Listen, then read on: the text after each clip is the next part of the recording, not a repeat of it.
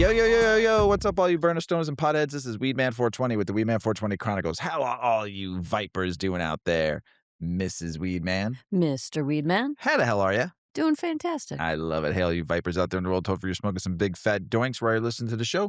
Mrs. Weedman and I are about to get normal with some garlic breath. Hopefully I don't get any after smoking it. Grown by our friend Ignius, and the cut came from Big Earl. Garlic breath is a super rare indica-dominant hybrid strain created through crossing the powerful Hog's Breath and Chemdog 2BX2 strains. Named for its surprisingly garlicky flavor, garlic breath is a favorite of indica lovers for its super calming high that's perfect for a late night when you just can't seem to get to sleep. The high starts with a subtle lift of spirits that infuses you with a sense of pure happiness and ease, erasing any negative or racing thoughts immediately. An influx of creativity accompanies the blissful state, lending itself well to tasks that don't require too much focus. As your mind settles, you'll become washed over with a super sleepy feeling that drops you a state of pure sedation and ease. With these effects and its high being around 16 to 18% average THC level, garlic breath is said to be perfect for treating those suffering from insomnia, depression, chronic stress, nausea, and chronic fatigue.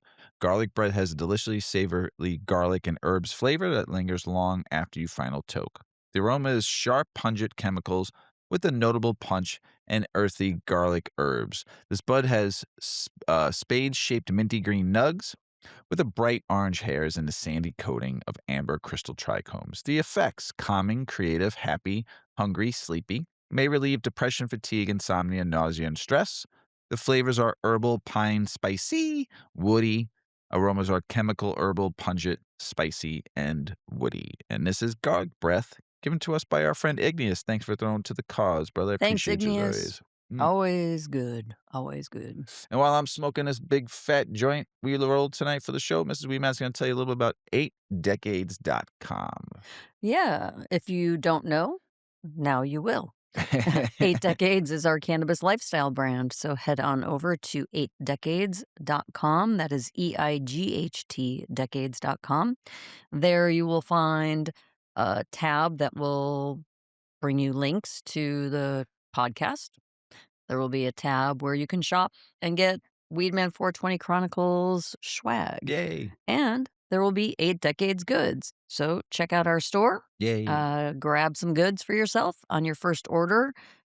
You can subscribe to our newsletter and get free shipping. So check us out. We've got some great stuff there. It's all our own stuff that we designed and developed. And if we didn't design and develop it, then we collaborated with a reputable brand to bring you good product. That's So it. check us out and see what we're all about. And as we always say, you support the show. We keep on doing a show every week, and we could pay our producer Shoddy because we That's love her. Also, I have a new store alert. Starbuds Summit. That's right. New store alert. Starbuds has been a great partner to the 8 Decades Weedman 420 Chronicles. We like to thank Starbuds in a new store, Summit, Illinois. It's 5436 South Harlem Avenue, Summit, Illinois. And it's on Harlem and I think just north of Archer. It's Right? at the intersection of Archer and Harlem. Yeah, it's right over there. You can't miss it. Great store. All their stores are great. So if you haven't visited them before, check them out at Burbank, Illinois, Hoffman Estates, Riverside, Summit, and Westmont. 5 stores here in Illinois, and they're growing. They've been a great partner to us. We'd love them for some of the greatest sales, greatest shopping experience, a phenomenal menu of all different brands and flavors of edibles, tinctures, flour, concentrates, carts, vape carts. I mean, their selection is great. They always have something on sale and many things on sale. Check them out, all their stores. And if you're not in this state and might be in one of these other states, you might want to check them out in Maryland, Mississippi, New York, and Oklahoma. And there is Starbuds in Colorado too. And for clarification, you might think that, oh, you're saying they're in all these states and they have so many stores, they must be an MSO. No. It is actually a family-owned business. Yes, they are multi-state operators, but it is a family-owned business, and it is a generational family-owned business. There's cousins and brothers, and it's just all family. His dad is in the shop sometimes. Oh, his dad's my favorite person in the whole world. Yeah. So they do the right thing. They are good businessmen and women, and they have a great store to shop from. Yes, So check them yes. out. Great partners. We'd like to thank our Starbuds family, Musa, AJ, Mo, and Basil. Thank you, fellas, for always taking care of us and making sure 8 decades is a part of your home. We love you. We appreciate you. And yes, I mean, what a crazy week. The weather change for the better, right? That's right. Today was a beautiful day here in Northern Illinois. We're on a hot streak. Yeah, I mean, snow's 40 in degrees. the It's like summer. Where's my bikini? Did you say you saw somebody walking around with a t-shirt and Oh, yeah. shorts? There was the guy wearing Always one. cargos and a t-shirt, short sleeve t-shirt, no hoodie. I mean, usually guys have like a hoodie on or Yeah. something, right? No, this guy was just like, I'm going for it. He I'm kind of had a smirk, which he told me one of two things. He was cold or he felt a little stupid because it really wasn't that warm. Next week, it's going to be 58 one day. There's going to be many people going in their closets and busting out some shorts and t-shirts that day.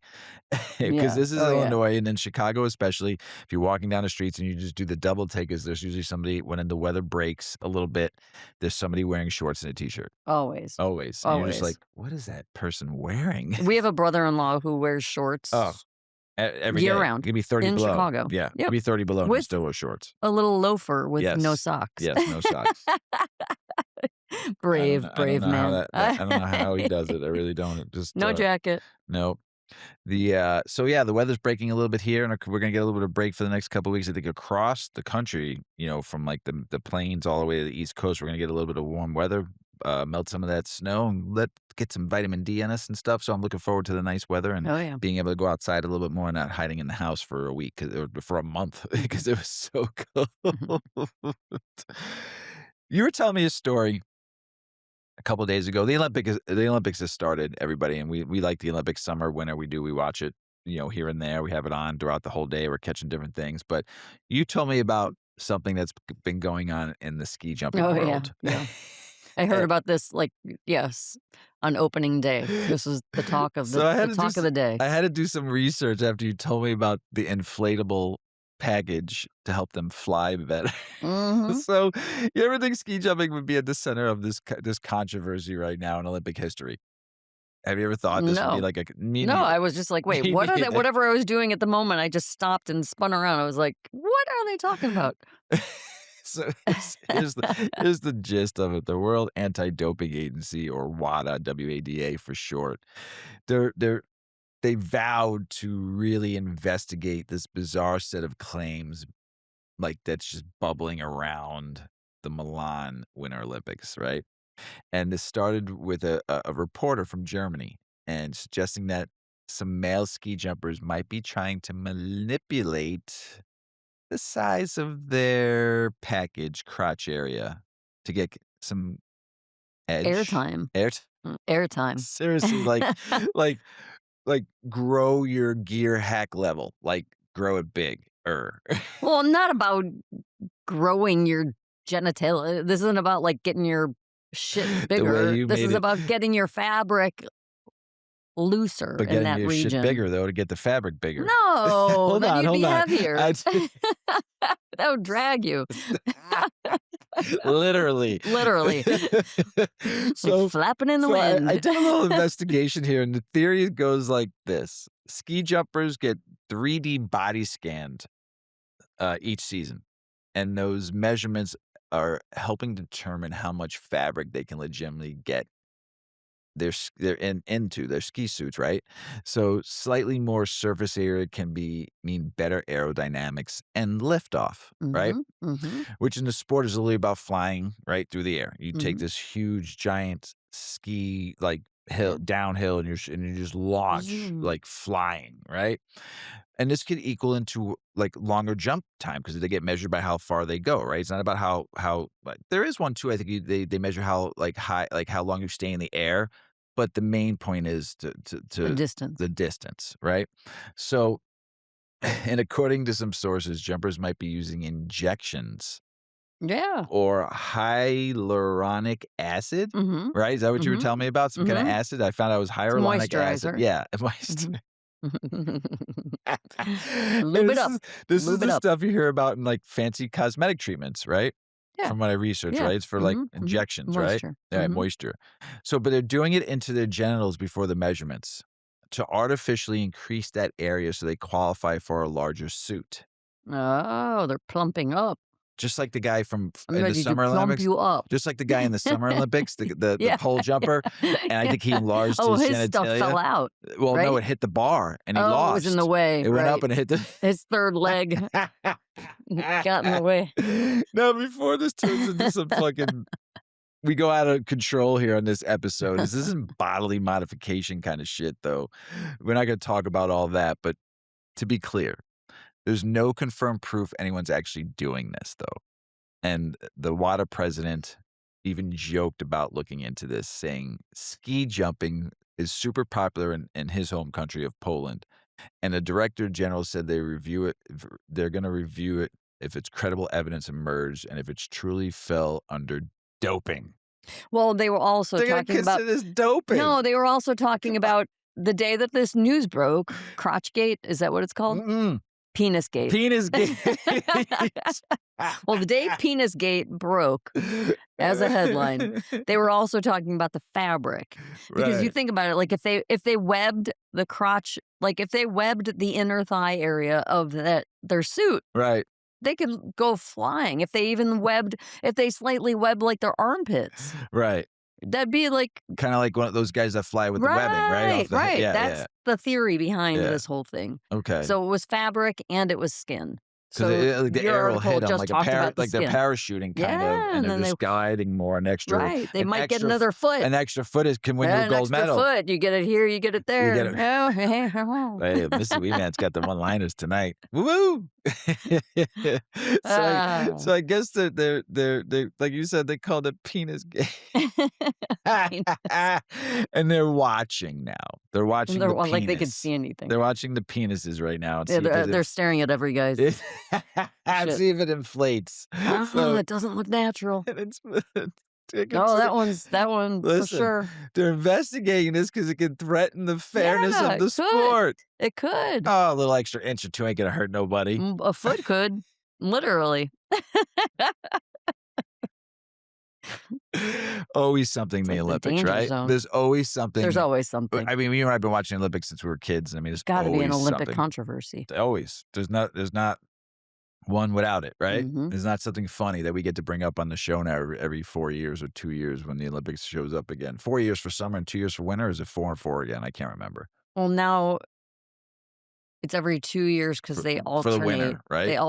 It's really every 4 years, I think. Okay. But But they alternate. 2 and 2. Yes, 2 and So 2. it takes a So lot of they're- work and a lot of money to do this. Yeah. Do these Olympics. They're saying like $2-3 billion I don't understand why they don't just have an Olympic city because and then just keep it updated, and then athletes can go there to practice, and it would be more cost effective. Everybody they do knows have where it's at. they build an Olympic. They do. I'm saying, build like, quit building them every yeah, but time. it's very good for this country that gets the How does award. okay, that's kind of like our later article. Pumping up the value of something, Right. right? Like just to make numbers look good so Yep. you can get capital and you can make things Right. happen. Oh, yeah. We're going to build a $62 billion Olympic village and it's going to pay for itself. I don't think I it's don't. 62 I'm billion. just saying. I get what you're saying though. I'm just but I saying. think a lot Does of it it's really? paid, a lot of it's paid for through sponsorship dollars. Right. A lot And of it then is. guess what? Your Nikes are $200 now,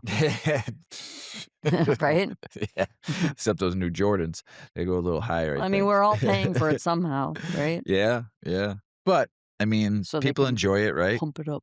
Pump it up with Pump that it up. hypo What's that lilac. song from the 90s? Pump it up, pump it up. homeboy. No. Oh, yeah, that one too. Oh, now I forgot mine. Pump it up, homeboy. Is that what you Yeah, said? just like that. Pump it up. Pump it up. It was like a really groovy dance song from the 90s. Mrs. Weedman. I'm going to find it. Hey, you're going to wish you knew this song sooner. Oh, before I'm going to get the show started. You ready? While you're looking for it, or did you find it? Oh, I'll find it. All right, let's get the show started. We'll stop if Mrs. Weedman finds it. So this story is actually kind of cool, and it may make you rethink some assumptions about cannabis and the aging brain. This was all over the internet all week. Holy smokes. I mean, I must have saw like 15 to 20 articles about just this, like how this is from CU Auschwitz News, though, and it's about how cannabis used in middle age and older adults might be connected to bigger brain volumes and better cognitive function. The study looked at data from over 26,000 adults between 40 and 77 years old, which is huge data set when you're talking about brain science. They pulled it from a giant health resource called the UK Biobank, which we've talked about in the past, and compared people who reported cannabis use to those who didn't. Now, traditional thinking has often been like cannabis, brain fog, memory loss, side effects, blah, blah, blah, blah, blah, blah, blah. But what these researchers found might smoke that stereotype out the window a bit. Folks who reported cannabis use had larger regional brain volumes in areas that matter for things like memory, attention, processing speed, and executive function. The stuff you use when you're trying to remember where you left your lighter or count how many gummies you got left. And yeah, bigger brain volumes aren't automatically always better in every context. Size isn't everything. All depends on who you ask, even in the brain. But in aging brains, maintaining volume often correlates with preserved cognitive function, which is a big deal when we think about like dementia, which we talked about on the last episode, and age-related decline, which we did that article last on the last week's episode about dementia and how cannabis can help. One of the lead researchers, Dr. Anna Kagua, straight up admitted she was surprised by how many positive links they saw between cannabis use and brain structure. But she also stressed to keep in mind the cannabis products people use weren't controlled in the study. We're talking real world use with unknown potencies, different strains, varied frequencies of use. So it's not a clear clinical trial. It's a more like looking out into the forest and seeing patterns. Here's where it gets nuanced. Moderation seemed to be the sweet spot. People in moderate use group tended to show the strongest combinations of larger regional brain volumes and better cognitive scores. But interestingly, in a couple of specific areas like visual memory and learning, even the heavier users had some positive links. It wasn't a uniform effect across the board, which means the cannabis brain relationship is complex and probably tied to dose, product type, age, lifestyle, and maybe even sex differences in how cannabinoids interact with the endocannabinoid system. But not everything was sunshine and roses. The study also showed lower volume in one brain region for heavier use. The posterior cingulate, which is involved in memory and emotion, and is also a region that's kind of complicated in terms of what changes in volume actually mean. Some research even suggests that a smaller posterior cingulate might be tied to better working memory in certain contexts. So it's not totally a one way street, it's more of a mosaic of effects. And right here is the key takeaway. The study didn't conclude causation, meaning they didn't prove cannabis made the brains bigger or smarter. It's an association, a pattern in the data that suggests a link. But we still don't know all the factors behind it. Could be lifestyle differences, could be over health behaviors, could be cannabis interacting with aging biology in wild ways like influencing inflammation of the neural health. But that's where future research needs to go. Even some experts in other cannabis brain research highlight that cannabis effects vary across the lifespan. Good in one phase, neutral in the other, maybe a negative if someone starts super young or uses heavy for decades. That's why context, dose, and individual health matters so much.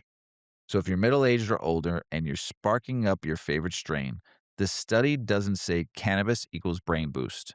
It does say there's some intriguing evidence that cannabis use in adulthood coincides with maintained brain volume and strong cognitive performance, especially when used moderately.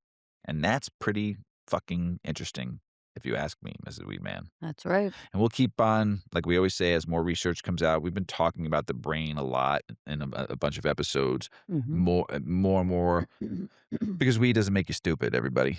This is what they're trying to tell you. Basically, that we've been forced to hear that weed makes you stupid, makes you dumb, makes you lazy. All these articles we've been reading for the last 6.5, almost 7 years now have all been about why cannabis is good for you. And this tells you moderation. But Mrs. Weedman has taught Mr. Weedman for 31 years. It's all moderation, Mr. Weedman. Right, Ms. Weedman? That's right. That's it. It's all about moderation, everybody. But this is cool. The latest CBD scientific research from Western Washington University. Yeah, this is some big news. Big news. Tell us Yep. about it, Ms. Weedman. Josh Kaplan, PhD, is a neuroscientist and associate professor in the behavioral neuroscience program at the Western Washington University, where his lab focuses on optimizing CBD based medicines for pediatric conditions. His work examines not only CBD's therapeutic potential, but also its long term developmental effects on the brain, an area of growing importance as cannabinoid therapies move deeper into clinical use. Kaplan's interest in CBD research began in 2015 when he was asked to evaluate Epidiolex in a mouse model of pediatric epilepsy. The treatment, Epidiolex, is a synthetic cannabinoid medication. It's a prescription. If you have cancer, if you have seizures, you can be prescribed this by a regular medical doctor. So the treatment produced significant seizure reduction in cases where other medications had failed. The results were striking and sparked his interest into a deeper investigation of CBD and how it might work in other pediatric conditions. While different medical conditions require different dosing, Kaplan's lab is also exploring whether the same medication or formulation could be effective across a range of symptoms by adjusting the dose. Can we improve CBD based medicine by expanding that dose window so that regardless of whether you're trying to treat epileptic seizures or improve social behaviors and communication deficits, a single formulation could be effective? Expressed Kaplan. The lab also takes a bottom up research approach, examining what is happening inside the brain at a cellular level. Many pediatric neurological conditions, including epilepsy and autism, are associated with altered protein expression and disrupted communication between neurons.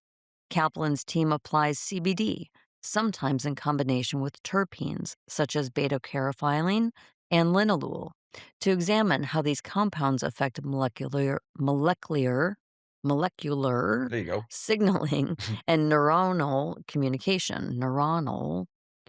Wow.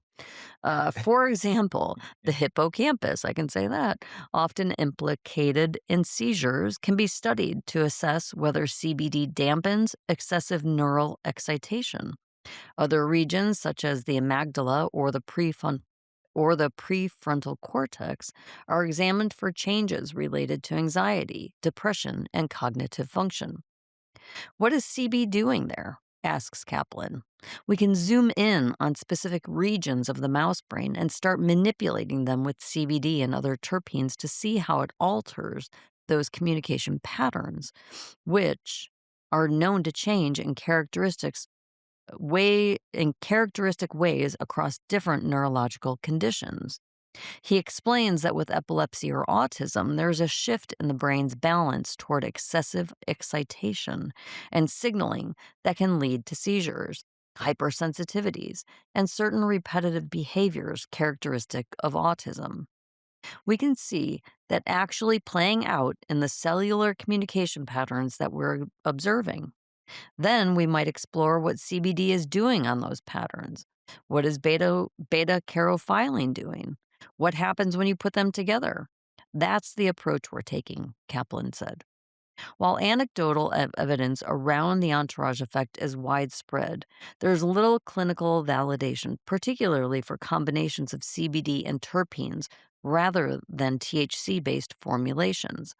Although Kaplan's lab is beginning to generate early preclinical data indicating promising results for targeted and custom CBD and terpene formulations. Previous research has shown that repeated stress or trauma during critical developmental periods can alter brain connectivity, leading to long term behavioral and mental health challenges.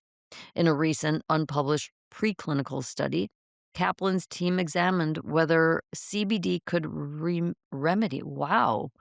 It's like, Garlic breath. it's more that it's like looking at what I'm reading, but like my mind just wants to space out. And then everything just kind of like blurs and I'm like, where am I? You smoke That's too all much. happening. You smoke Yeah. too But I feel much, at the Mrs. same time, I Weedman. feel very clear. Yeah. Yeah. So how's that? If you're new to the show, we do the intention of our smoking at the start of the show is because we just freaking enjoy it. But we also talk about the strain and what we're smoking so that we can help stomp the stigma about cannabis and that it makes you lazy and it makes you incapable of doing anything. Right now, I'm not demonstrating any of that very well. Your cognitive brain function My is brain not function enlarged anymore, is it's shrinking. my amygdala is like, "Meh."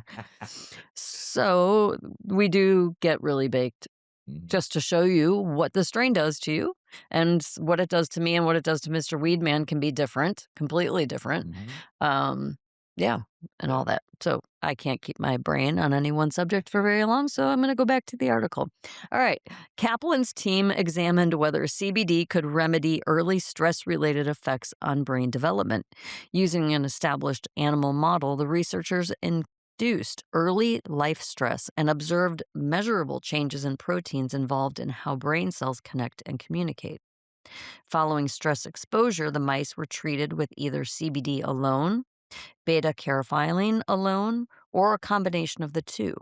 Neither compound on its own produced meaningful changes in altered protein expression. However, when CBD and beta carophylline were administered together, the combination effectively reversed the stress induced molecular disruptions. These findings suggest that cannabinoids and terpenes interact with distinct receptors and signaling proteins, influencing neuronal circuits and communication between brain regions. Kaplan emphasizes that cannabinoids do not activate one another. Rather, their parallel actions converge to produce coordinated effects. Whoa. Across neural networks. How's that for entourage effects? That's crazy. This framework helps explain the benefits of combined CBD and terpene treatments, highlighting how multi targeted strategies can modulate brain function more effectively than single compounds alone. It's an early step toward understanding which compound combinations and dosing strategies are most effective for specific conditions. Why do people wear cologne or perfume? Why do we have scented candles? It makes us feel relaxed and comfortable, said Kaplan. While earlier experiments demonstrated clear effects with oral ingestion, Kaplan believes that each method of consumption may have its own benefits. Another line of research in Kaplan's lab examines how different cannabis components influence endocannabinoid expression. Anandamide, often referred to as the bliss molecule, is an endogenous cannabinoid that activates the brain's cannabinoid receptors and plays an important role in mental health and well being. In autism, children often have lower levels of anandamide, and raising those levels may lead to improved social behaviors and communication, as well as other quality of life measures. Kaplan's lab tested whether CBD alone would alter anandamide levels using a mouse model of autism spectrum disorder and measured outcomes using mass spectrometry. They found that CBD and beta-carophylline increased anandamide levels. You put the two together and think you'll get a massive effect, Kaplan explained. Actually, though, they contradicted one another and led to a reduction. He added, the most exciting part about this field is the complex profile of how these different chemicals are working and the targets they're acting on in the brain and body. It creates a challenge because it's not as straightforward as we think. Kaplan's lab began its terpene investigations with beta carophylline, which is widely considered the only terpene known to directly interact with the endocannabinoid system. It can activate CB2 receptors in a manner similar to endogenous cannabinoids, such as anandamide and 2AG, as well as THC. While Kaplan's team has observed therapeutic benefits from beta-carophylline, they are also examining common terpenes including linalool, myrcene, and others. Kaplan's research has also revealed pronounced sex based differences in terpene responses. In one published study, mice were exposed to vaporized linalool or myrcene for short periods. Female mice consistently showed reduced anxiety and actively sought out the terpene exposure. Male mice, by contrast, initially showed positive benefits from brief exposure, but displayed heightened anxiety under longer exposure conditions. When exposure time was reduced to a single brief dose, male mice exhibited the same anxiety reducing benefits as females.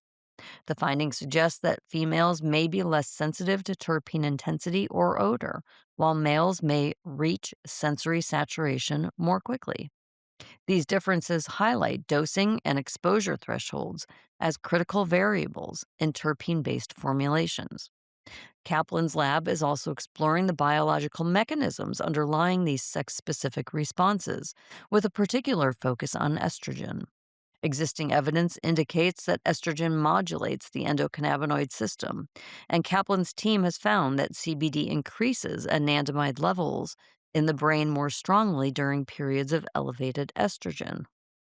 This hormonal influence may help explain why cannabinoids and terpenes produce different effects across sexes and hormonal cycles.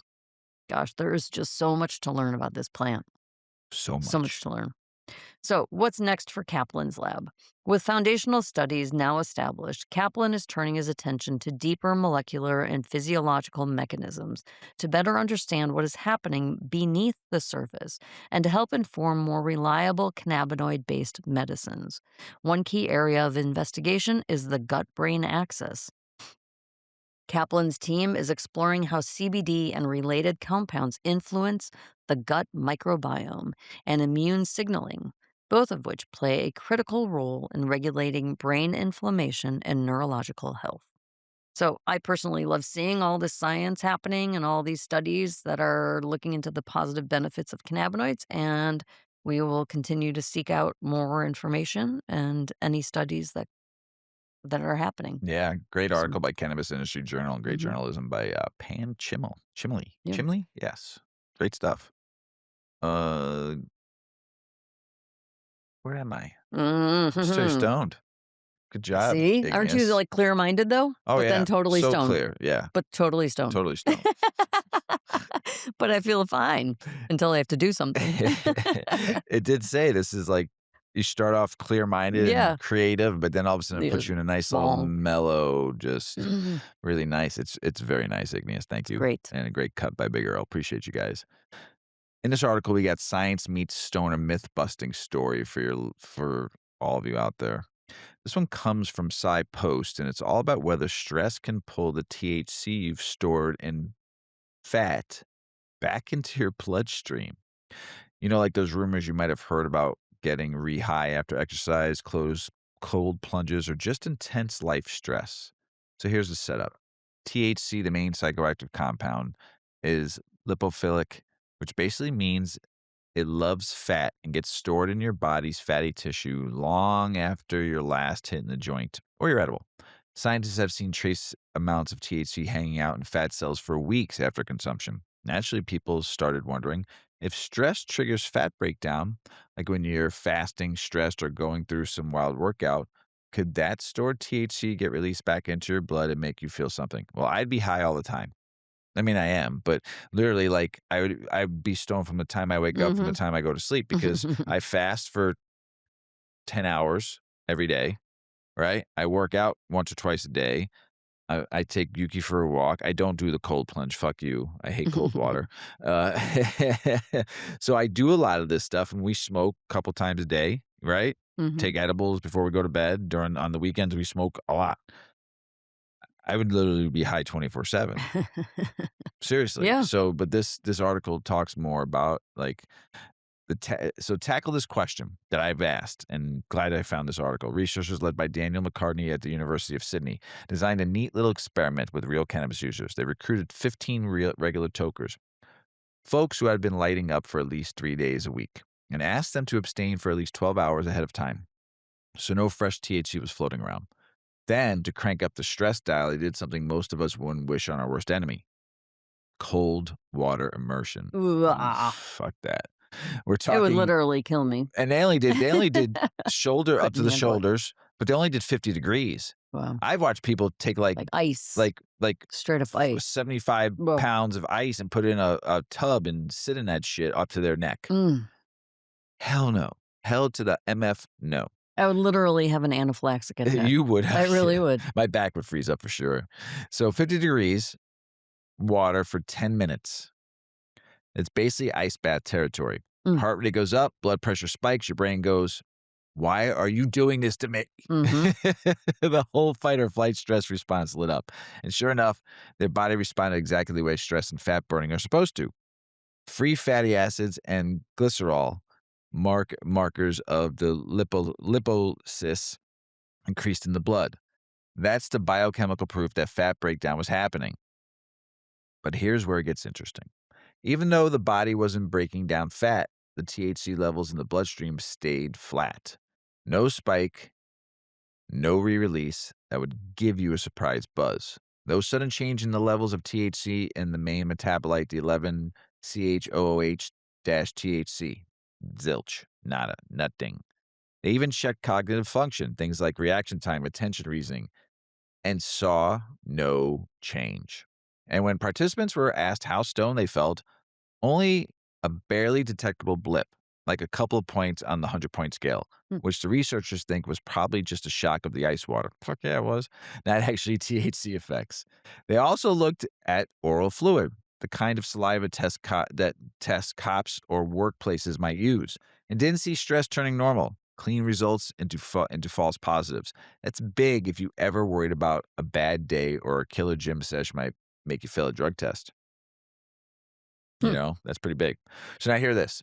This study didn't include heavy chronic users or extreme stress conditions like starvation or marathon workouts. So the jury's still out on those edge cases. But for everyday stressors, cold showers, gym workouts, a tough day at the office, this research suggests your body isn't going to magically dump stored THC back into your system in meaningful amounts. All it's going to do is burn fat. You know, body's breaking it down like I talked about in the other paragraph. So it'll burn some fat, but won't get you turned up. So the takeaways: the old idea that liposis, re-release, and surprise reintoxication myth doesn't hold up under the controlled science vibe. You don't have to worry about the stress is going to send your body into a THC turbo mode and suddenly make you high and fail a test. Your fat might be storing THC molecules, sure, but the study suggests that stress isn't that key that unlocks them and blasts them back into your body, right? So, in another example of science keeping it real with this cannabis info, dispelling myths, Mrs. Weedman. We the mythbusters on this show, right? Clarifying what actually happens in our bodies and giving the community solid data to geek out on. And I have to say, for all you curious stoners, burners, and potheads who love digging into this shit and you love this kind of vibe, this kind of research is like rolling the perfect joint. Satisfying, enlightening, and smooth. Just There you like Mrs. go. Weedman likes it, right? When Yeah. you roll a joint. So, Mhm. men. We were at a Super Bowl party on Sunday, Yeah. and we were hanging out in the garage, and it was Yes. you and all men. Yeah. I'm just saying, and it Pretty was all common. men, Yep. pretty common, yes. You like hanging around men, and, This is true. I no, like you hanging do, around men. you do, Yeah. you do. Yeah. There was, like, 6 guys around a table, you and I were standing up, right? And, they were all smoking weed, drinking beer, and talking. Just a bunch of men shit, Mhm. right? So this article reminded me of that moment. Ah, So cannabis is becoming the new 3rd place for for men. men. Tell us about it, Yeah, Miss but Weedman. before that, you need to hear something. Hold on. Oh, is this the song?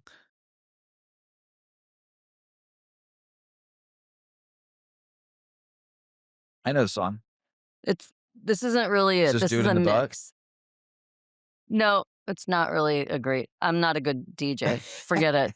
So that was a Lean on Me reprise of Pump It Up, but this band is called Club Nouveau, and it's from 1986, and they did No. the Pump It Up Homeboy. Oh, there you go. So I'll find it. Don't play it again though, because YouTube I know might I screwed you it up. no, YouTube might be like, "Oh, you're playing a song you're not allowed to play." Oh, So geez, they're look gonna up the shut song. us down. Yeah, Well, you they might probably shut won't that even hear it. they might shut that little segment down, everybody. Sorry about that if they do. But we only played it Sorry. for like 2 seconds, so maybe they won't catch it. Okay. The eyes in the sky. Oops. Look at me. Just going off, doing my own thing over I here. love it. I love it. I hope YouTube don't ban us. I hope so. You All hope right. so? Damn. I hope they do not. All right. In recent years, the landscape of socialization for men has been quietly transforming as traditional third places like bars, coffee shops, community centers where people gather outside of work and home evolve. Cannabis is increasingly filling the role for a growing number of men across the United States and beyond. With changing cultural norms, shifting in drinking habits, and a broader acceptance of cannabis use, this plant is emerging as a central thread in male social life. It seems cannabis is becoming the new third place for men. For decades, bars and pubs were often seen as the quintessential third place for men, a space to unwind after work, connect with friends, and build community. However, research and cultural trends indicate alcohol consumption among younger generations is on the decline. Millennials and Gen Z are drinking less than their predecessors, whether for health reasons, economic considerations, or simply a change in lifestyle preferences. According to surveys conducted in recent years, many adults now view alcohol as less central to their social lives, opting instead for activities feeling more mindful or wellness oriented. At the same time, cannabis has undergone a remarkable shift in public perception. Once stigmatized and relegated to the margins of society, marijuana is now legalized for adult use in more than half of the United States. This rapid shift has brought cannabis into everyday conversations and has allowed adult users to engage with it openly without fear of legal repercussions or social judgment.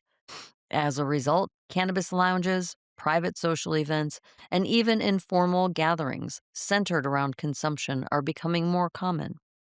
Men in particular are finding appeal in these new forms of social interaction.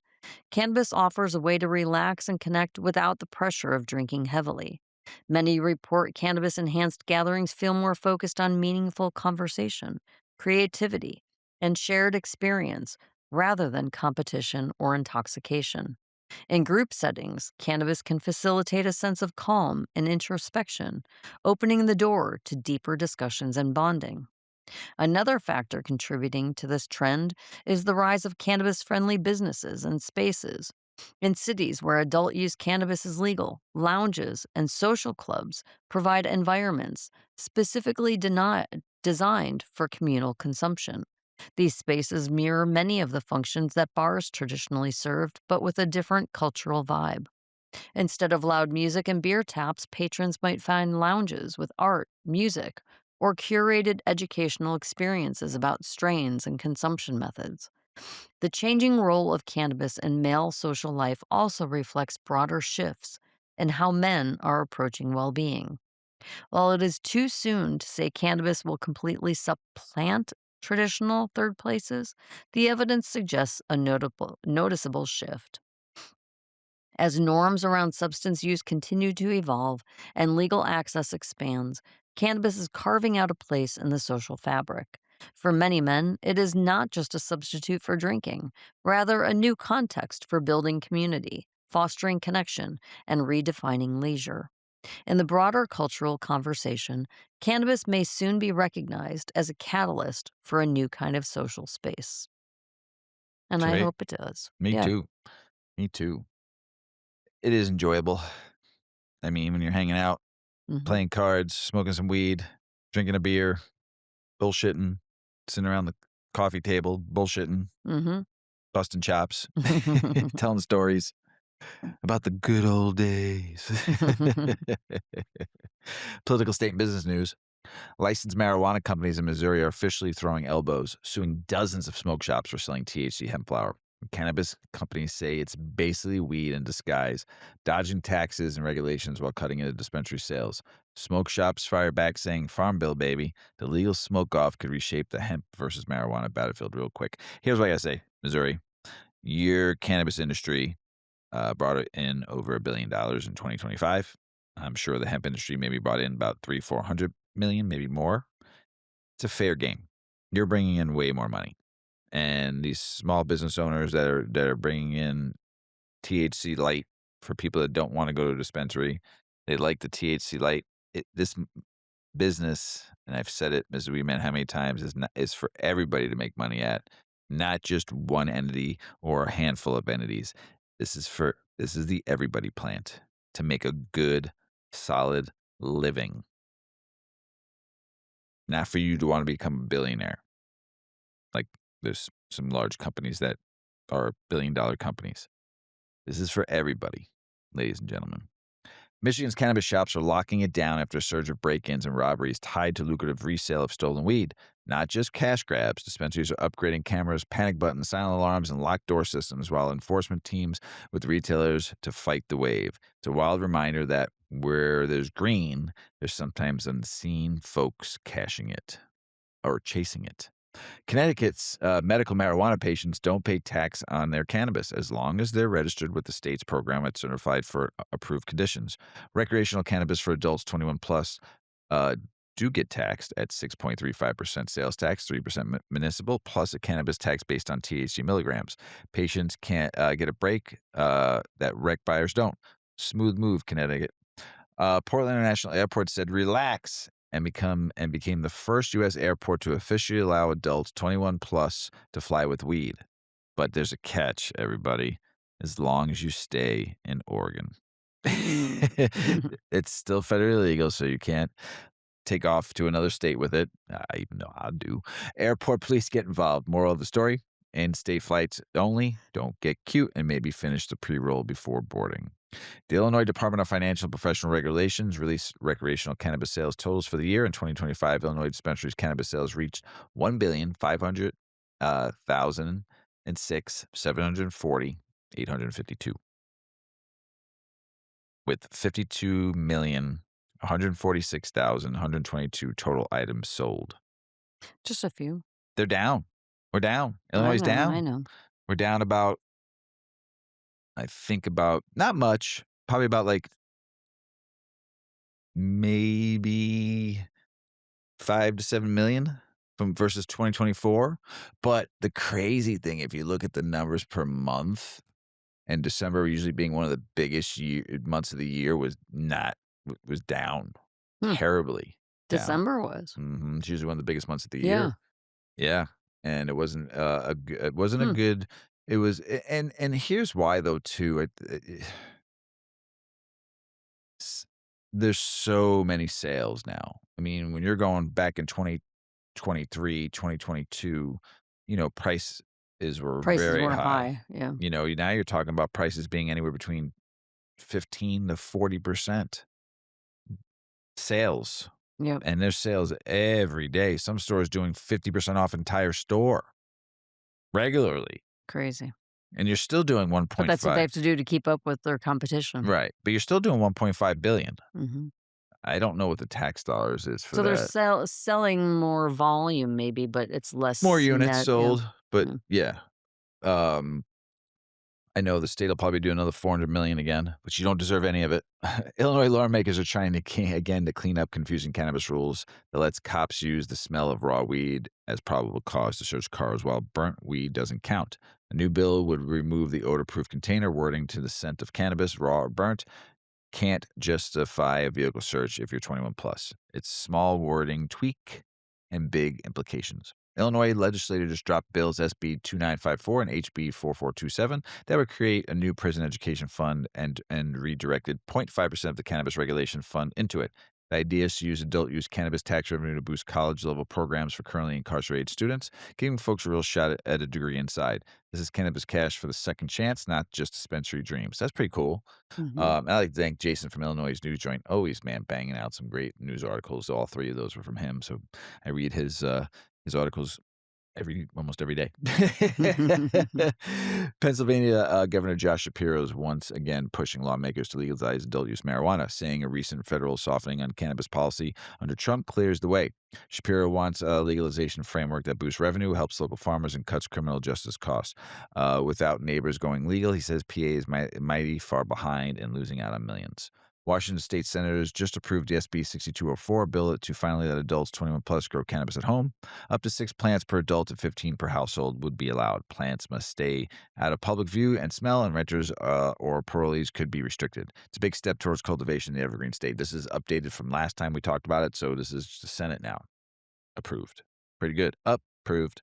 Oklahoma Governor Kevin Stitt stirred the pot again by calling to revisit and potentially roll back the state's voter-approved medical marijuana law, saying voters were misled and public safety has suffered. Man, this is another state. 6 states now that want to roll back. Top lawmakers aren't all on board. Senate leaders stress respecting the 2018 vote, while others echo concerns about industry issues. It's a mixed reaction in the Sooner State right now. And then Oklahoma's Attorney General Genter Drummond echoed the governor's misgivings about how the program was initially implemented, describing it as truly the Wild Wild West. But he also warned dismantling the program would likely trigger massive financial consequences. According to Drummond, the state could face obligations to reimburse hundreds of license holders for investments made under the existing law, because repealing or undermining the program could be seen as an unlawful taking. Ooh. Wow. Listen, I've been to Oklahoma couple times to sell weed out there and help open up markets. And from when I went out there in 2020, it was the Wild West. Crazy. I liked it though, but you've heard me talk on other shows. It was just amazing. Standards, regulations, the stuff that this governor's been trying to implement over the last few years, I get it. But you have to have some standards. You have to like calm it down just a little bit. If you take it away, governor, you are a bad human. In Indiana, lawmakers are making it clear marijuana legalization isn't happening this year, even after President Trump's federally scheduling push to move cannabis to a less strict classifications. Republican leaders are advancing medical recreational bills and are focusing instead on tightening THC rules and ads. Advocates say it's frustrating, central, not a lack of public support, though, Mr. Weedman. Hmm. The people in Indiana want their weed because they're driving They across the do. border to get their weed. Mm-hmm. So foolish, foolish, foolish, foolish Indiana government, man, just decriminalize it then and let people home grow. Right. You don't have to worry about it. So now I'm passing that joint over to you, Mrs. Weedman. Alrighty. I've got some more political, state, and business news. A new federal push to ban hemp derived THC drinks could wipe out a booming multi billion-dollar market that's been a gateway for adults to try cannabis outside dispensaries. These THC beverages have helped normalize cannabinoids on grocery shelves and in mainstream retail, expanding the audience beyond traditional weed buyers. Killing them, critics say, would undo years of cultural progress. Lawmakers in multiple states are pushing bills to let qualifying medical condition cannabis patients, use marijuana inside hospitals and other health facilities. In places like Colorado, Delaware, Hawaii, Mississippi, New Mexico, New York, Oklahoma, Oregon, Pennsylvania, and Washington, Ooh. proposals would require facilities to allow registered patients, often terminally ill, to use medical marijuana on site, usually in non smoked forms under certain rules. That's huge. I hope that happens. Me too. Yeah, Oklahoma's Attorney General Gentner Drummond just announced Operation Blunt Force, a multi-state takedown of the Hao Chen organization, seizing about $1.5 billion worth of illicit marijuana, roughly 1 million pounds. That's a lot of weed. Phew. And arresting 20 people tied to fake medical marijuana licensing. Law enforcement executed over 50 warrants, seized guns, and even deported 4 suspects. That is a big bust. Ohio activists with Ohioans for Cannabis Choice have officially been cleared to start collecting signatures to get a referendum on the ballot to overturn the new cannabis restrictions in Senate Bill 56. After fixing language concerns with the Attorney General, they can now gather the roughly 250,000 signatures needed to give voters a chance to block the rollback and protect cannabis rights in Ohio. I just read that the governor told all the people complaining about this, stop whining. Hmm, really? Yeah. Told Wow. all of his constituents, just stop whining about this. Wow. Yeah.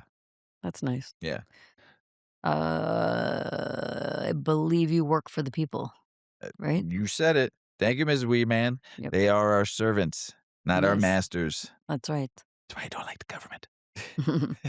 In Maine, an anti marijuana campaign missed their deadline to submit enough signatures for a ballot initiative that would have rolled back legalized cannabis. Organizers failed to turn in the required petitions by the state's cutoff, meaning the effort to undo Maine's cannabis laws won't appear on the year's ballot. For now, legalization stays on the books, and the rollback bid stays grounded. Good. Let them feel how it feels for a minute. These people, they didn't turn in their signatures, like in Florida. They're Mhm. claiming the signatures aren't there. They're not Yep. legit. Yep. All right. The College of Southern Nevada, CSN, just launched new cannabis career certificate programs to help people step into the booming industry. Partnering with Greenflower, the school is offering online training in cultivation, manufacturing, compliance, and dispensary skills to get students job ready fast. It's education meeting real world weed work as the industry keeps growing and calling for skilled professionals. A new Missouri bill from Senator Mary Elizabeth Coleman would make public marijuana use a level B misdemeanor. This is so dumb because Missouri's been doing really good with their laws and their rollout, and things have been going pretty well there. And then this doesn't even make sense. Doesn't You know. legalized it, and now you're going to tell people you can't consume it outside. Okay, whatever. Punishable by up to $1,000 in fines or 6 months in jail. Seriously? That someone loses their job, potentially loses their home because they smoked a joint outside. That is legal. These I politicians don't understand, care like, about us. whatever. Yeah. They don't care about us. I mean, you have to think too, like in like high population, dense population areas. Like if you live in a high rise building, it might be a smoke free building. Well, if there's, 1,000 people in that building, You have to go you outside. got to go outside. So what? They have to walk a mile away to go have a joint? Right.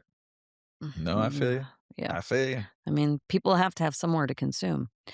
All right. Coleman says it's about cutting kids' exposure to smoke. Yeah, because everybody's going to go outside and blow smoke as the kid walks by and blow it in their face. It's like, come on. But critics warn harsher penalties could disproportionately impact people of color. That's the whole war on drugs. Bringing it back, Mary? Come on. It's a little late for that. Mary. Mary. I Yeah, know, right, Yuki's Yuki? even like, "What's up, Mary?" Florida's attorney general withdrew his request for the Florida Supreme Court to review a marijuana legalization measure after state election officials said the campaign fell short on valid signatures needed to qualify for the ballot. That means no court fight right now over placing recreational cannabis legalization in front of voters this year. Campaigners still argue that counting issues affected the totals. I think so. The DEA is promoting an anti marijuana PSA, public service announcement contest, tied to 420. But guess what? It's not a good one. Inviting high school students to submit videos warning their peers that cannabis is harmful for the developing brain, mental Brutal. health, and your life. You're Okay. going to die. They're working with the anti weed group, and they say entries must not imitate THC use or paraphernalia and must avoid profanity. Critics call the messaging awkward and outdated. Yeah, I You're gonna agree. see the commercial again with "This is your brain on drugs with the egg." Yeah, I just someone's gonna replay that, from and the it's just 80s. and it's like the greatest thing ever. It's like this is like the DA is supposed to be helping us go to Schedule 3, Yeah. not Not promoting promoting that it's bad for everybody. Whatever. brutal. Is there an age that maybe you shouldn't be using cannabis? Yes, but there's also kids within that age and young adults in that age group that are finding a lot of help for their mental health with cannabis and through cannabis and for seizure disorders and all sorts of anxiety and things. So, there's a lot of prescription drugs that will fuck you up even more than cannabis ever Oh, would. yeah. But that's okay. We'll just keep pushing those drugs on the kids. Yep. All right. Boop, bop, boop, bop. All right. A push to ban hemp derived THC drinks could wipe out a thrive. Did I just read this already? Nope. Nope. Okay. A push to ban hemp derived THC drinks could wipe out a thriving multi-billion-dollar market that's helped normalize cannabis in mainstream retail, advocates warn. These beverages got cannabinoids into grocery aisles and expanded the audience beyond dispensaries. Critics say killing hemp drinks now would undermine the growing acceptance of cannabis and reverse cultural progress that's already underway. Ohio's Attorney General Dave Yost just dropped a big antitrust lawsuit on 9 major multi state cannabis companies, including Ascend Wellness, Air Wellness, Curaleaf, Green Thumb Industries, Jushi, Trulieve, and more, alleging they concluded to limit product choice. How about that? Keep prices high. Hmm. How about that? And squeeze out small Ohio growers by making reciprocal deals and controlling shelf space. Ha. The suit seeks to protect competition and consumers under Ohio's antitrust law. Well, that's good. Hmm. Back to you, Mr. Weedman. Vermont lawmakers are considering a bill that would expand the retail cannabis marketplace by requiring all towns that haven't yet voted on allowing dispensaries to put the question to voters by year's end. Right now, only about one-third have opted in, leaving the clumps of stores in places like Burlington while other communities sit dry. This plan aims to spread the green love. Tiger slugger Javier Baez won't play in the 2026 World Baseball Classic because he's serving 2-year suspension from the World Baseball Softball Confederation for a positive marijuana test at the 2023 WBC. MLB and the Tigers won't discipline him. Marijuana isn't banned in the big leagues, but international rules still bar him. That means no Puerto Rico WBC action this year for Javi. Bummer. A disabled Marine Corps veteran who owns the cannabis place in the Middle Village says New York cannabis regulators are threatening his pot shop by delaying his license renewal after he switched union affiliation, putting his 30 employees' jobs at risk. He calls it a bureaucratic betrayal of priority groups like veterans, even as officials say he can legally operate while the renewal is considered. The FDA is facing a deadline this week to publish 3 federal cannabinoid lists and clarify what counts as hemp products container under the new appropriations law President Trump signed.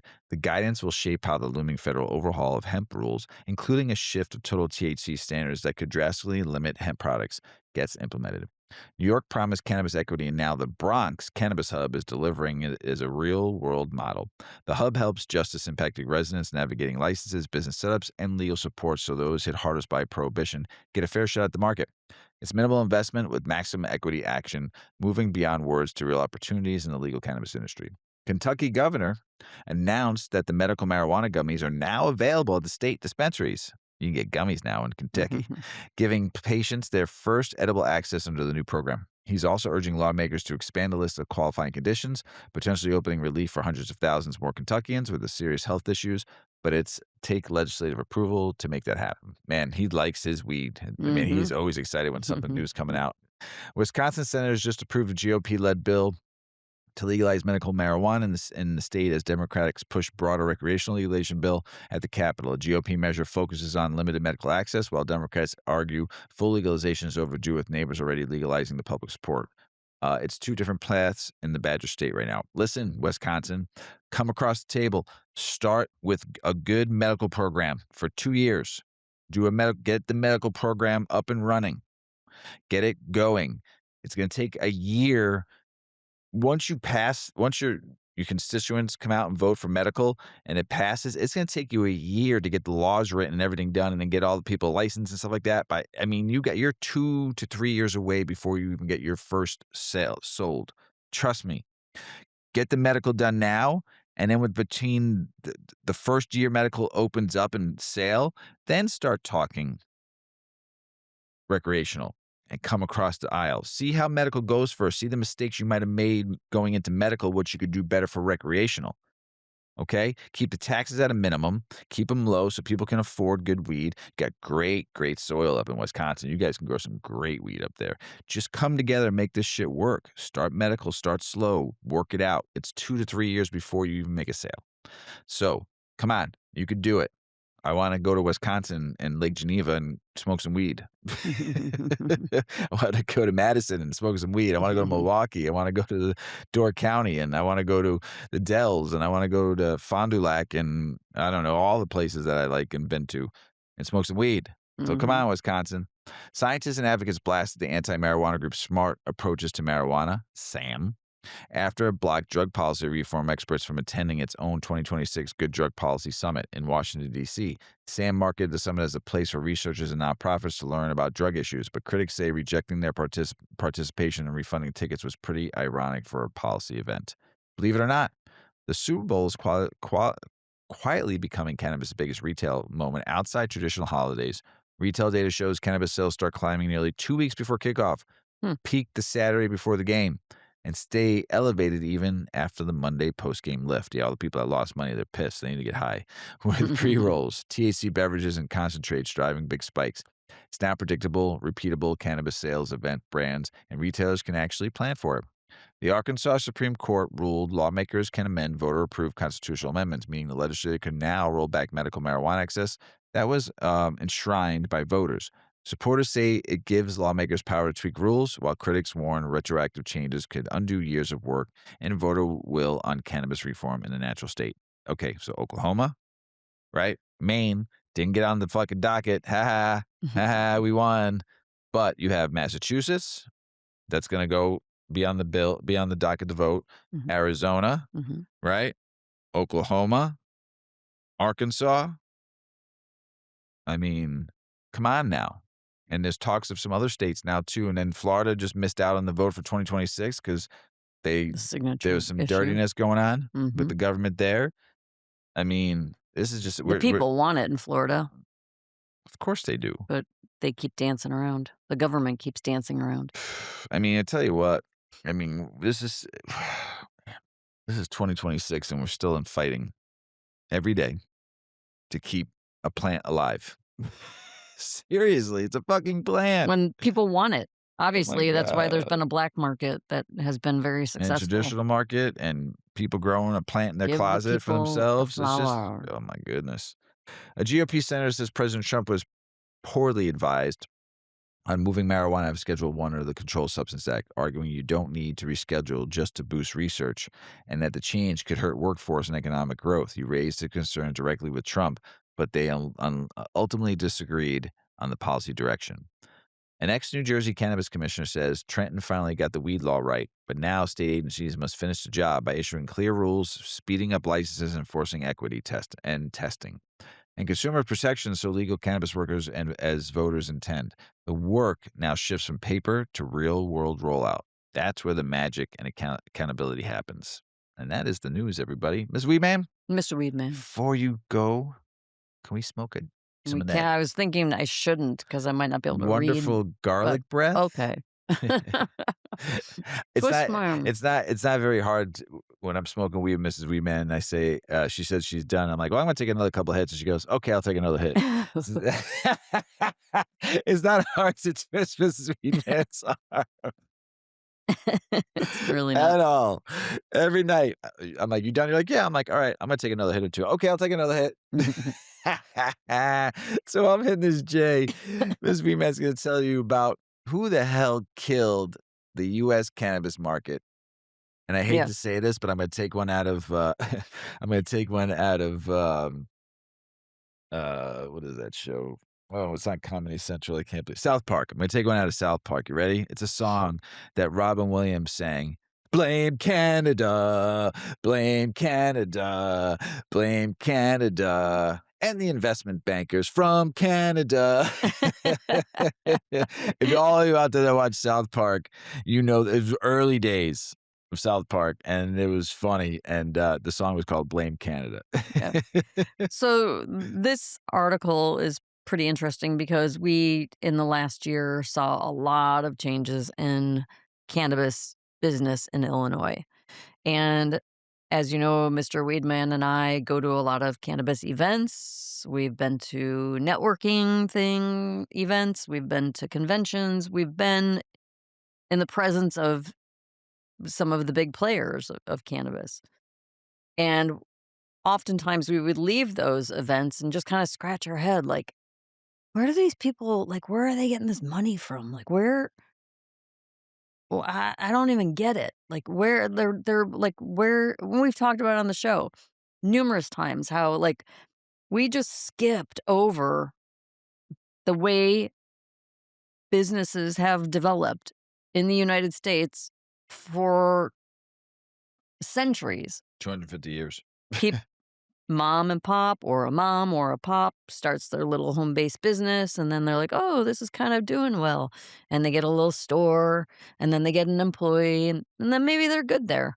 And then there's other ones who get another employee and another, and then there's others who are like, "Ooh, this is doing so good, let's get another store." And there became franchising, and there became retail stores, and there became then big, big companies, box stores, right? But it started from someone's idea in their home or at their school, whatever. It started small and grew. And we would just like scratch our head like where wha- maybe it's just because it's cannabis and it's just such a new industry. It still doesn't make sense. The business isn't there to support all the dollars that are going into it. And these big people, and they're hiring all these C-suite executives, and they're paying, you know, triple six-figure incomes to these people times how many they're putting into all these roles, and they wanted to make sure they had every role filled with every C-suite title you could possibly have, and they had the best equipment and the biggest facilities, and, like and then there's, 3 when we got it started, there's 3,000 medical patients, like, who's sustaining that? Again, now you had all that money to start that infrastructure, but now you've gotta maintain that until there's enough Yeah, business. we said it all the time, remember? Right?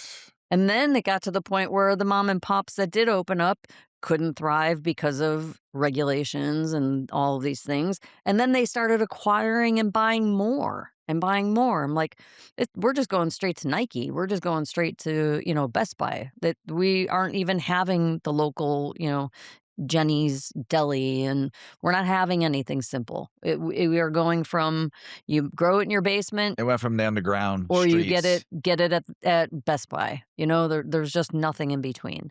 Well, it's all kind of cannibalizing on itself. And so this is the one person's perspective on why that's happening. Whew, got a lot of breath on that. I love when you get in your soapbox.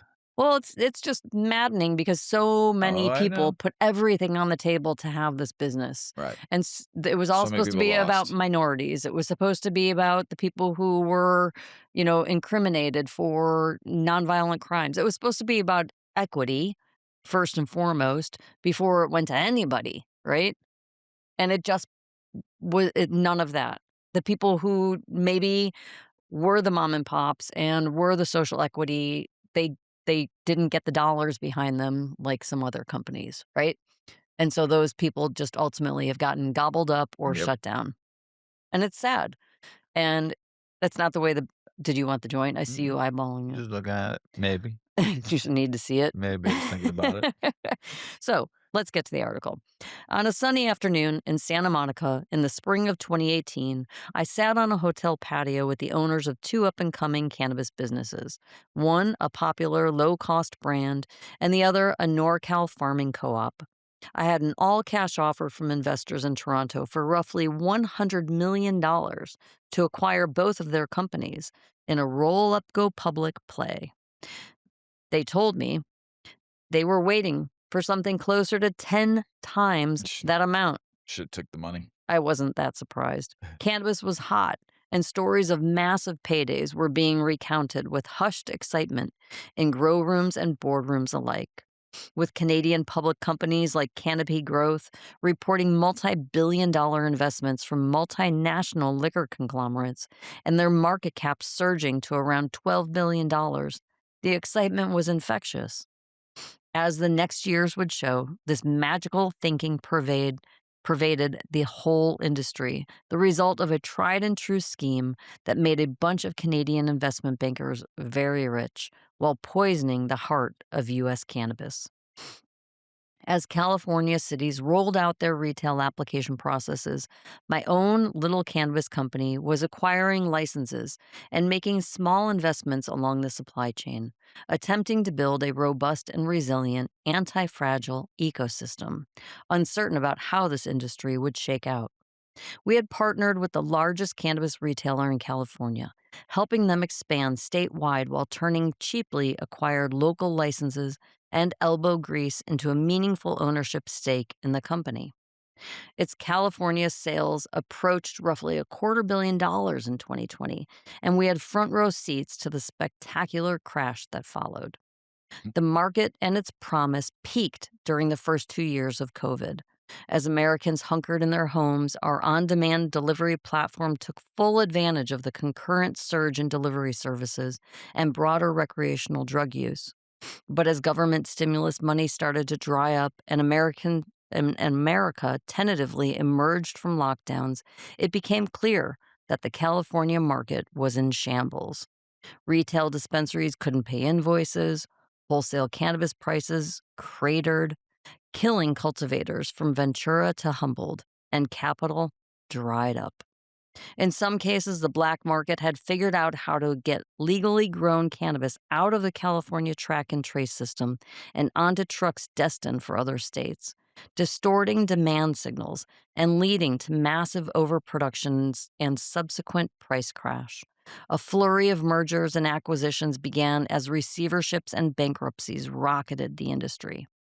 Harborside Dispensary, a bedrock of California anti prohibitionist activism, was repackaged by a former Barclays Bank executive and smashed together with San Diego retail giant Urban Leaf and legacy brand Loudpack. By the end of 2024, the new entity, State House, had filed for bankruptcy, ending 20 years of business in the Oakland weed scene. Those are big players. They're gone. Around the same time, Jay-Z's brand What a Monogram dog shit brand that was. Monogram and its parent company tipped into insolvency and were stripped for parts. Flow Canna, MedMen was here in Chicago. They were a big player in the beginning. Like, we knew some people that got hired from them, and everybody thought they were, like, going to be the next Bill Gates, like Mhm. they were doing big things. Well, companies that were held up as exemplars of new cannabis followed suit, having burned through hundreds of millions of dollars by industry estimates, their ever present billboards yellowing in the California sun. By 2025, the list of bankruptcies, foreclosures, and receiverships had grown to include many of the companies that had picked up the pieces of the previous year's insolvencies. At the same time, retail sales, which peaked in 2021 at almost 6 billion, shrank to around 4. The inevitable postmortems have been just as fast and furious. Incompetent and corrupt politicians, state taxes, federal taxes, cost of capital, regulations, the black market, the bankers, the gangsters, the lawyers. And while all of them have a hand in the U.S. cannabis market's downfall, they are simply symptoms of the real problem, and that is Canadian capital markets. Canadian investment bankers, to be precise. These penny stock mining hucksters knew a perfect storm when they saw one, and they took the industry for a ride. There are four primary culprits that enabled this grift. One, investors were conditioned by tech sector into using something called gross revenue to assess the potential value of a company rather than how much it actually made. Meh, meh. Mhm. Two, federal illegality in the U.S. constricted access to traditional banking and liquidity, creating a dangerous and desperate blindness to risks associated with the types of funding and strings attached. Know your contracts before you sign them. Mhm. Three, soaring speculative, but see, everybody thought they were just gonna like there was this endless amount of money that they were gonna make. Mhm. So maybe they didn't care about the contracts. So look where they are now. Three, soaring speculative valuations in the Canadian cannabis market served as proof of concept, quote unquote, propping up even the riskiest deals. And four, as the informal market transitioned into a legal market, investors without sufficient historical data were unable to properly assess the road ahead. These conditions meant bankers could convince the industry to build companies that looked like big companies. You get that? The bank was building companies, just basically giving them whatever they needed. Just look like, do everything that the big stores do. Mhm. Rather than building lean, nimble businesses able to adjust and withstand the challenges and uncertainty facing the new U.S. cannabis market. Entrepreneurs tinkled with board compositions, with leadership teams, and excessive salaries and complicated financing structures. Instead of considering rational infrastructure needs or operating efficiencies, entrepreneurs were fed narratives by men with disarming Canadian accents designed to inflate cannabis companies for the stock market rather than build sustainable businesses. Canadian investment bankers and stock promoters delighted in the fact that because of cannabis's illegality at the U.S. federal level, companies with American assets were blocked from both the U.S. stock market and the Toronto Stock and Venture exchanges. That meant that the most attractive place for these listings was the Canadian Securities Exchange, which had significantly lower disclosure and oversight requirements. In the years prior to the 2023 collapse, there were signals that the hyper focus on building big companies was driving an insatiable need for more capital, requiring stock prices and company valuations, and it was increasingly untethered to any rational analysis. By 2020, California cannabis businesses had purchased an estimated $600 million worth of THC oil extraction equipment when closer to 70 million would have been sufficient to supply the entire California market. Wow. Success was just around the corner, said the bankers. American novelist Upton Sinclair once wrote, "It is difficult to get a man to understand something when his salary depends on his not understanding it." A senior executive from Flower One, a large scale indoor cultivator that had roared to massive success in the early days of Nevada's recreational I worked cannabis with them a little market, bit. mhm, told me they plan to spend around $100 million on a California I remember facility. that. When I asked why the cost was so high, he said, quote, "Our investors want a state of the art facility with robots assisting operations." After 50 years of being grown in musty basements and remote backwoods, one of the most competent growers in the world had been convinced by bankers that the future was robots? Hmm. By 2022, the company was filing for bankruptcy protections, that is, in a British Columbian court and was delisted from the CSE. Creditors got back roughly 10 cents on the dollar, while common shareholders got nothing. The investment bankers, they walked away with millions. Billions of dollars appear to have gone up in smoke, and a rusting cannabis infrastructure now litters California's cities. Oregon, Washington, Michigan, Arizona, and Colorado face similarly dire straits. Even the businesses that survived these initial crashes were left infected by the market's structural faults, unable to pivot fast enough to respond to the new reality. As inflation surged and the global economy contracted, the capital spigots turned off, leaving these lumbering giants no longer supported by the scaffolding of financial markets to collapse under their own weight. So here we sit in the ruins of an industry that held so much promise, descheduling, banking, and federal tax relief all sitting on the horizon, bumping cannabis stocks around like a pinball machine. But as we watch the world now fret about the AI investment bubble, I'm left asking myself, was what happened and may happen to U.S. cannabis the fault of greedy Canadian investment bankers? Or is there a more pernicious problem at the heart of our economic system? For cannabis, it seems the tail is wagging the dog. Mhm. Well, Crazy. and Canada, I don't blame you. I blame the suits of Canada. I blame the bankers, just like I blame the bankers and the suits of in the US too, and actually around the world. So Canada, I love you. Never forget that. And I love your national anthem too. I sing it quite often. I think you sang it last week. I did.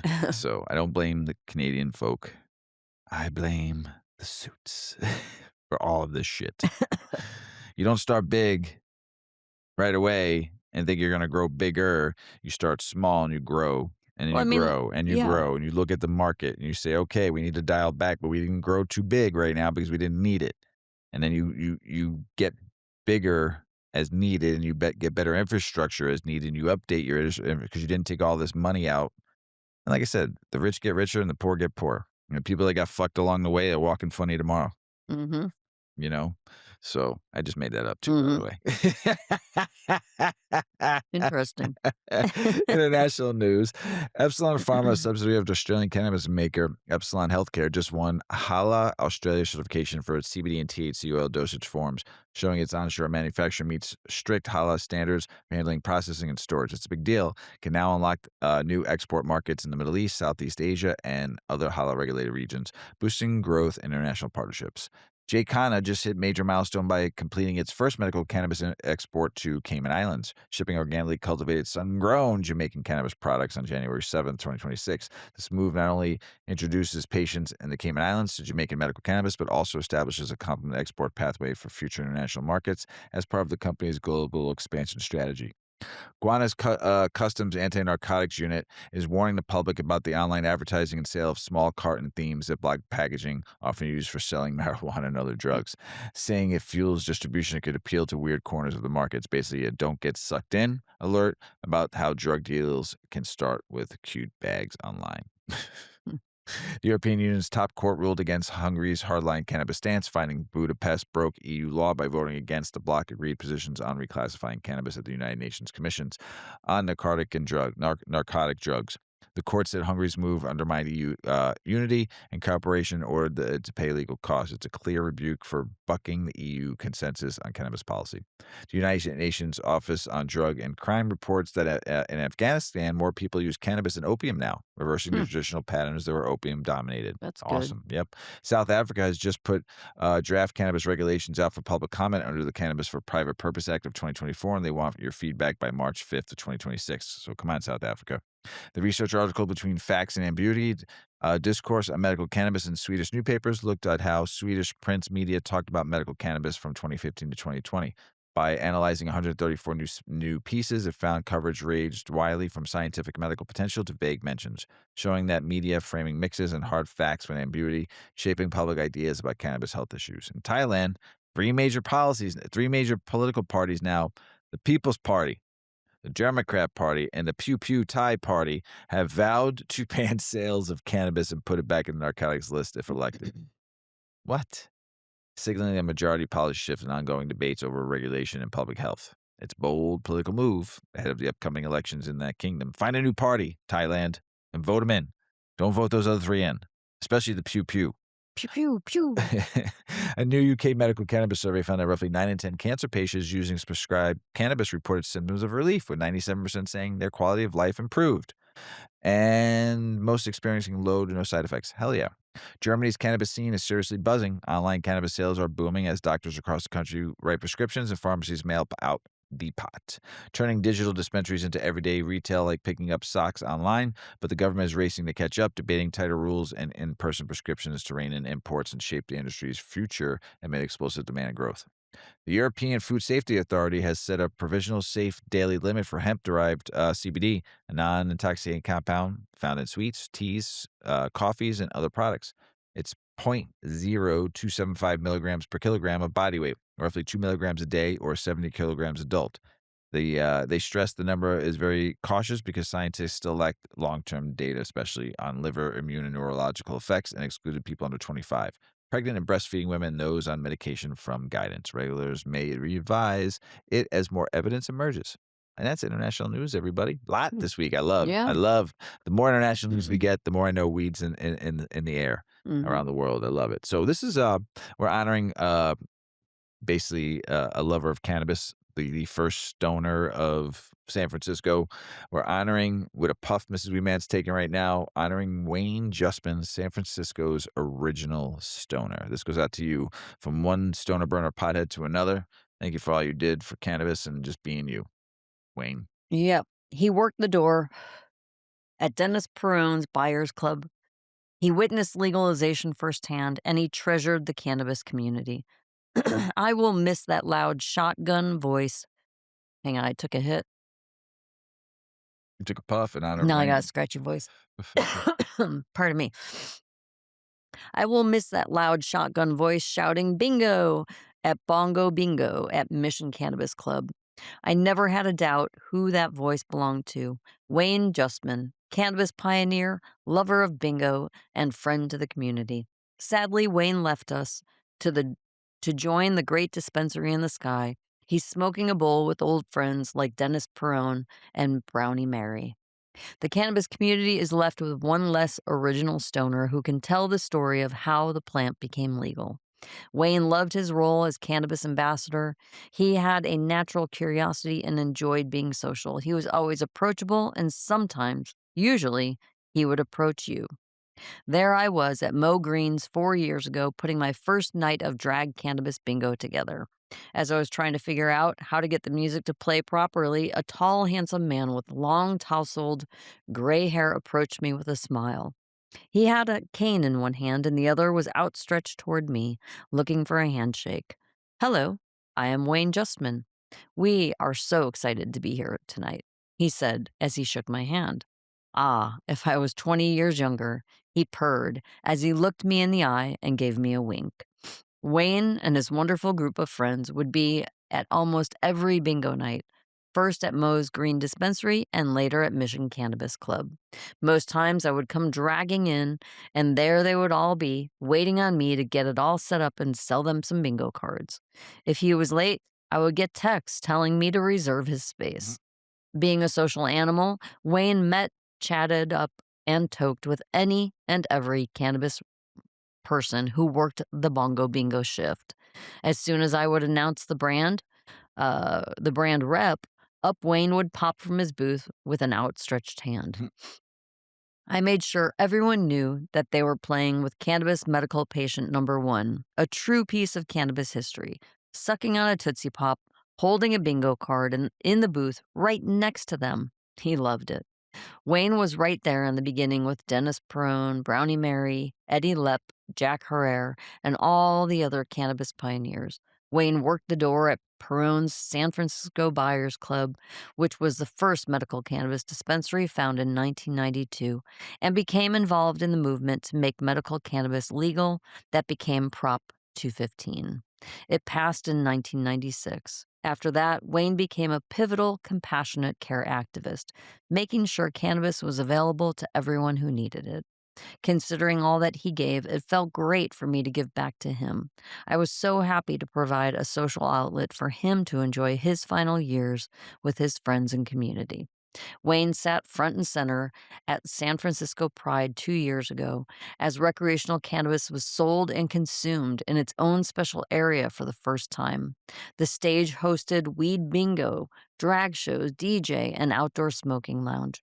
He told me he was so happy to be able to be part of the history that Pride weekend, excited to watch the progress taking place in the cannabis world. Last November, I produced a game show fundraiser called San Francisco Squares, a play on the legendary TV show The Hollywood Squares. Wayne was the first person I called up and invited to be a square, and he eagerly accepted. Throughout his life, he showed up continuously and did the work that was his heart and soul telling him to do. That was why he was so good at it. And now it's time for us to pick up where he left off. Let's all remember Wayne Justman and tell the stories that will become legends as we mourn his passing and celebrate his life and accomplishments. Stay high forever, Wayne. There's joints for you, Wayne. That's right. Yeah, amazing. Sounds like a cool person. Yeah, I would like to have met him, Mm-hmm. hung out, smoked a Mm-hmm. bowl, smoked a joint, Mm-hmm. uh, played some bingo. That'd be cool. And maybe you would have liked it because he maybe gave you a Tootsie Roll pop. Yeah, right. Be friends forever. Yes. Oh, rest in peace, rest in power, rest in love, Wayne. Appreciate the fight. Keep on fighting up there for us, will you? Ms. Weedman, Mr. Weedman, that's the end of the show. that is. Got anything else to say before we go? Yeah, let's smoke some more and yeah, bring I don't even know, Mr. Weedman. That maybe I don't need to smoke some more. Like, it's really an interesting strain. Oh, Ignius, thank you for throwing to the It's cause, good. brother. Thank you, Yeah. Big Earl, for giving him the cut. So we're closer and closer every day to this wonderful strain of garlic breath. It smells like. All right, everybody. We love you out there. We need some peace. We need some kindness. We need some love from everybody out there. We need to come together as a community, as people. Fuck the government. They all suck. They don't care about you. Care about us. We need to care about us as one people here. All of us. Every single one of us. I love you all. Peace be with you all. Mrs Weedman, I love you. As Mr. Paulie Weedman. always says, smoke smart, puff puffing away. Puff, puff, pass. Check out our cannabis lifestyle brand online at 8decades.com. Our custom smokes and accessories are perfect for your coffee table, bedroom nightstand, or kitchen counter. They're designed for you to show them off. The Canna community is also loving our hemp and cotton blend t-shirts, sweatshirts, scarves, and hats, finished off with our 8 Decades logo. We've got some awesome long-lasting goods that will be your favorite for years to come. 8 Decades, because a ninth decade of cannabis prohibition isn't acceptable.